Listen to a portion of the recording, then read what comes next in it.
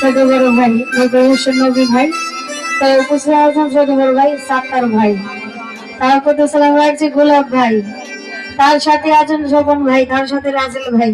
আসলে নাম বলতে গেলে অনেকখানি সময় দরকার, সকলের প্রতি ক্ষমা চেয়ে নিচ্ছি। ধন্যবাদ সকলকে।